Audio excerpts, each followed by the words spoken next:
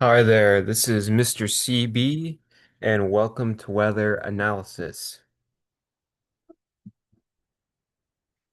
So, if you're here, you're probably interested in learning about how we can analyze the different models and diagrams and data that we may see relating to the weather.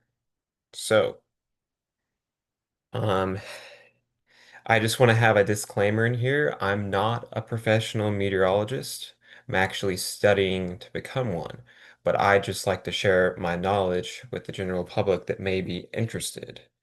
So that's what um, I can say about that. But um, my story, I've always been fascinated with weather since I was probably 3.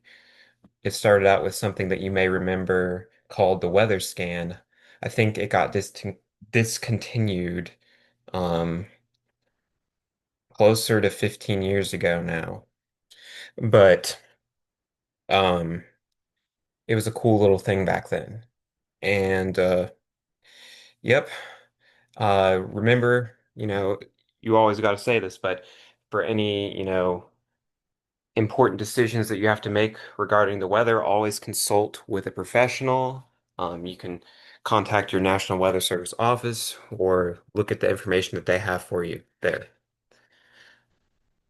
All right, so let's get started with this first lesson. It's not going to really have that much content in it. But the first thing I want to talk about is the skew T log P. Now, what is this thing?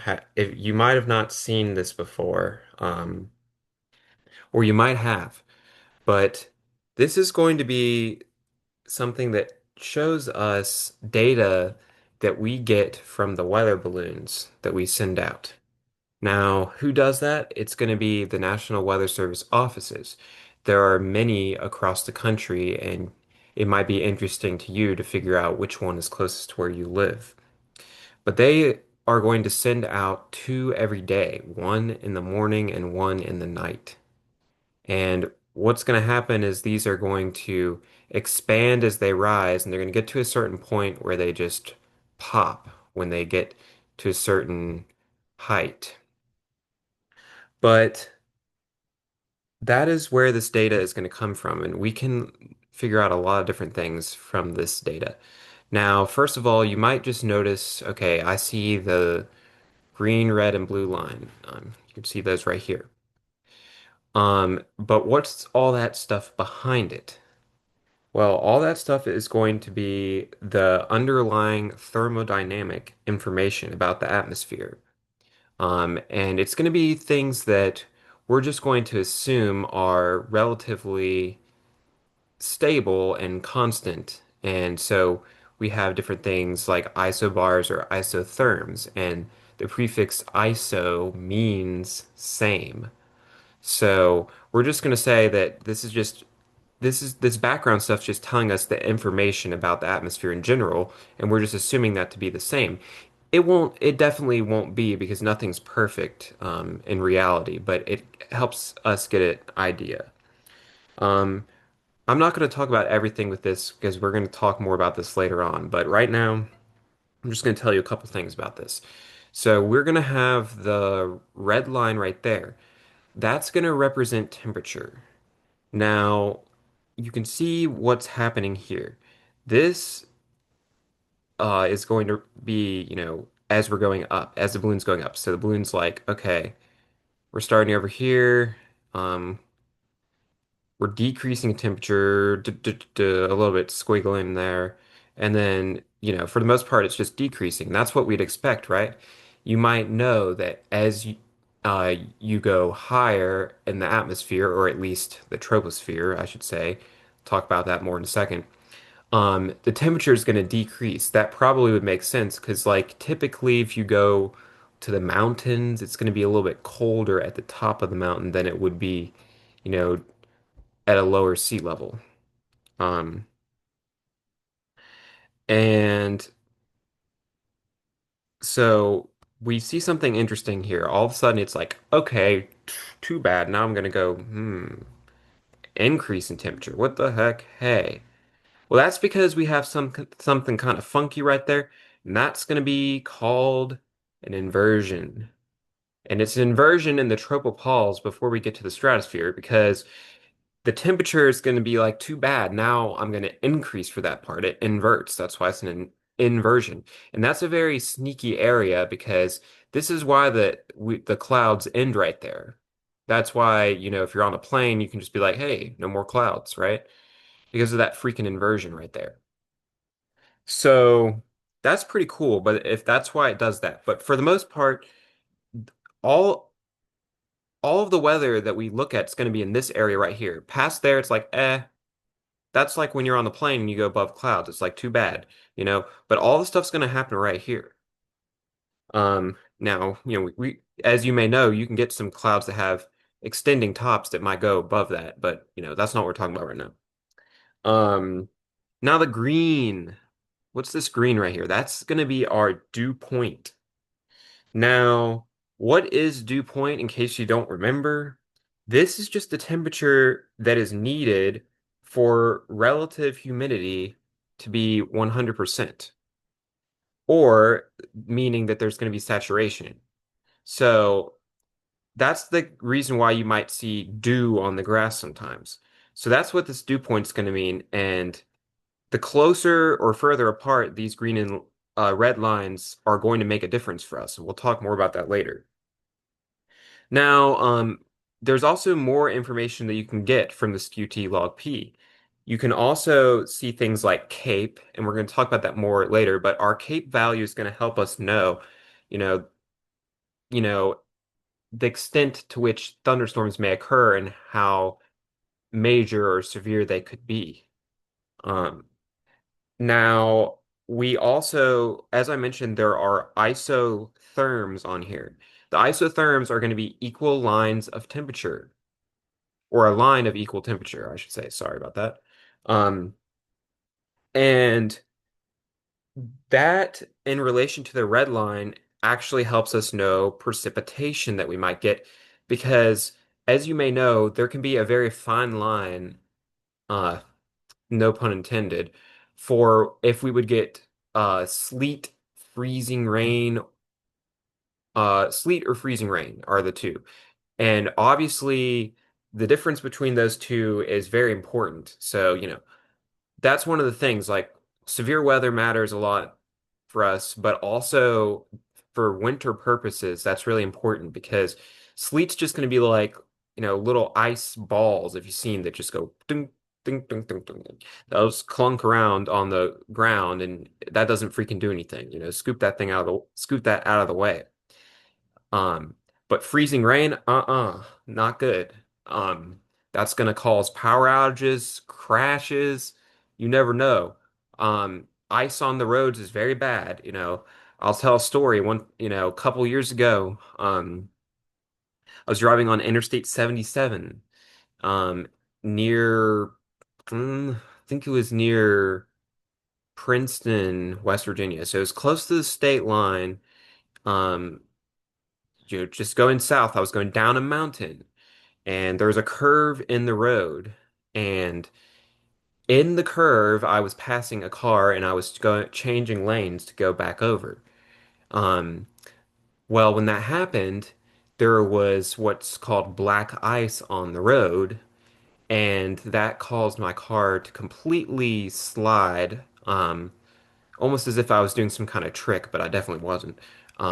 Slide almost diagonally on the interstate, and I was super close to my bumper hitting the guardrail. And on the other side of the guardrail was a freaking cliff. And that cliff, my dad was from around the area. He knew somebody that had a 18 wheeler, a tractor trailer that crashed off that thing, and it's a farm below. It's basically just a cliff, and you just do do do do do do. So that's a good reason why it's important to, or one good thing that we can look at the SKU-T log P is that might help us be able to know if there's going to be freezing rain at a certain point, and that's important. I mean, that wasn't a good thing. I was probably going like about 80 miles per hour, and I luckily got back in control of the vehicle, but It was very close to not being a good thing at all. So there might be no Mr. CB to teach this thing otherwise. All right. So now we're going to talk about the troposphere a little bit. So the troposphere is one of the layers of the atmosphere. And you can see over in this picture, elementary school, you might have learned this. Got troposphere, stratosphere, mesosphere, thermosphere, exosphere. Um, and the reason why there are different divisions of these is that each layer has specific characteristics that make it that way.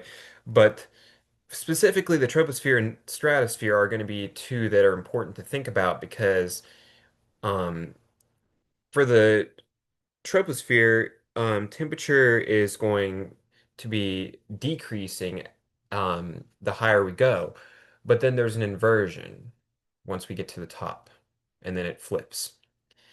And also, you know that the planes, as you can see in this picture, they're in the stratosphere because remember, you always go above the clouds when you're on a plane. Um, so temperature is going to decrease.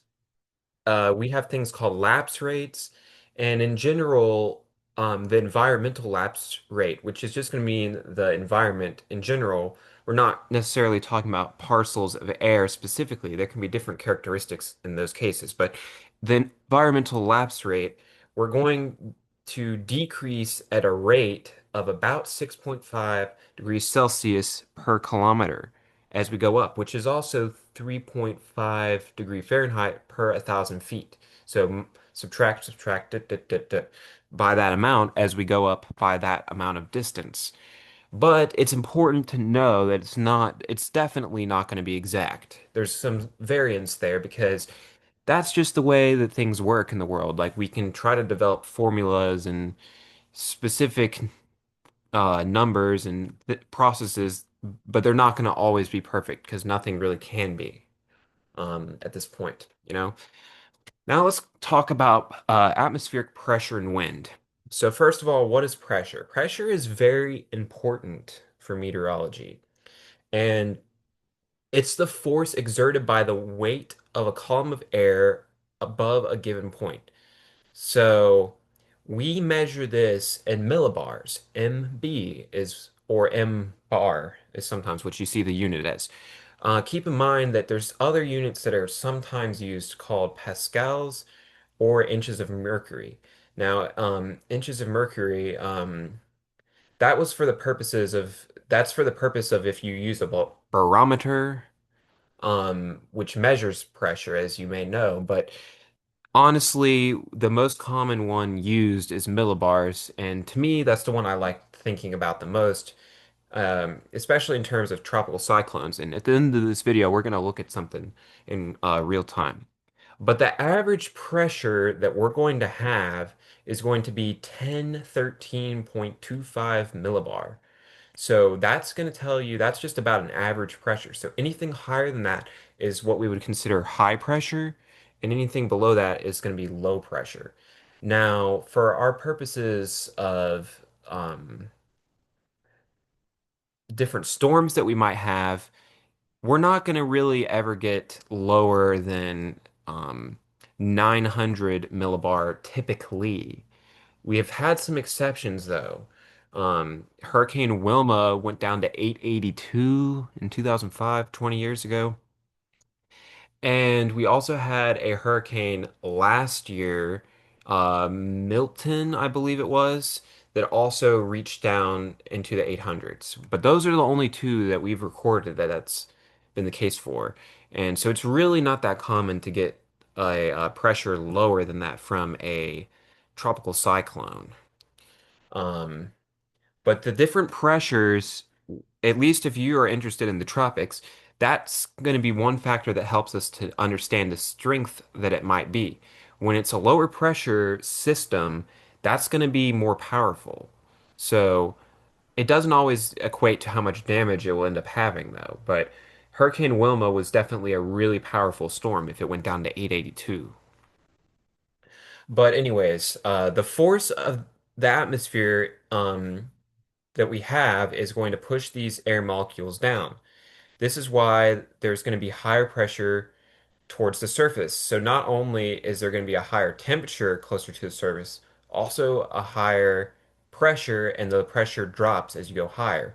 This is why if you're going um, on a plane or going up a mountain, you're going to feel that in your ears. That's because there's a pressure change, and that's a physical thing that happens as a result of the pressure change.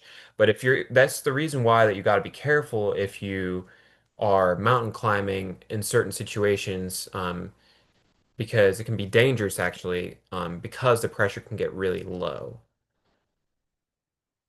So lower pressure aloft. If I say that, that means as we go up. And everything, the atmosphere itself is held in by gravity, as Isaac Newton would want you to know. That makes sense, right? That's why if I throw a freaking apple in the air, that thing's gonna go hit the ground. Same reason why that these things happen too. And we're gonna talk more about these forces as well, but we have something called a pressure gradients force. And this and gravity, they are balanced in a hydrostatic balance. And you'll find out that for a lot of different things that occur for weather is a result of the atmosphere wanting there to be balance. Balance is a very important thing just in general because it explains why a lot of things happen in the world. I guess you could say scientifically, if you want to get into that. But I mean, if there's a thunderstorm, that energy, it's because there needs to be balance once again. And it's the same reason we're going to talk about wind in a second. Balance is very important. Now, I already talked about the balloons expand as they go up. You can see in this picture, this is when they're holding it. And typically the National Weather Service offices are going to have some kind of field or lot or area like that that's going to be useful for them to let this thing go so it has no obstructions. And that's what size it pretty much is when they're holding it. But when that thing gets to its biggest point, it's going to be as big as a house or even bigger. And then it eventually pops. But the whole reason why that it gets bigger at all is because of the pressure drop. And it's also important to note that temperature is a measure of kinetic energy. So there's going to be less energy the higher that you go, the air molecules are not moving around as fast as they were. All right, wind. So wind is a result of horizontal differences in atmospheric pressure. So not only do we have vertical differences, because as I said, lower pressure as you go up, there's also horizontal. That's why the wind, does the wind ever blow down or up? Not really. It goes side to side, you know? Um, and that's the reason. And wind is once again nature's attempt to make balance because if it's like, oh great, there's not balance. It's just blowing around all over the place to fix that. It's like it's going from the high pressure areas to the low. It's like, ooh, not enough pressure over here.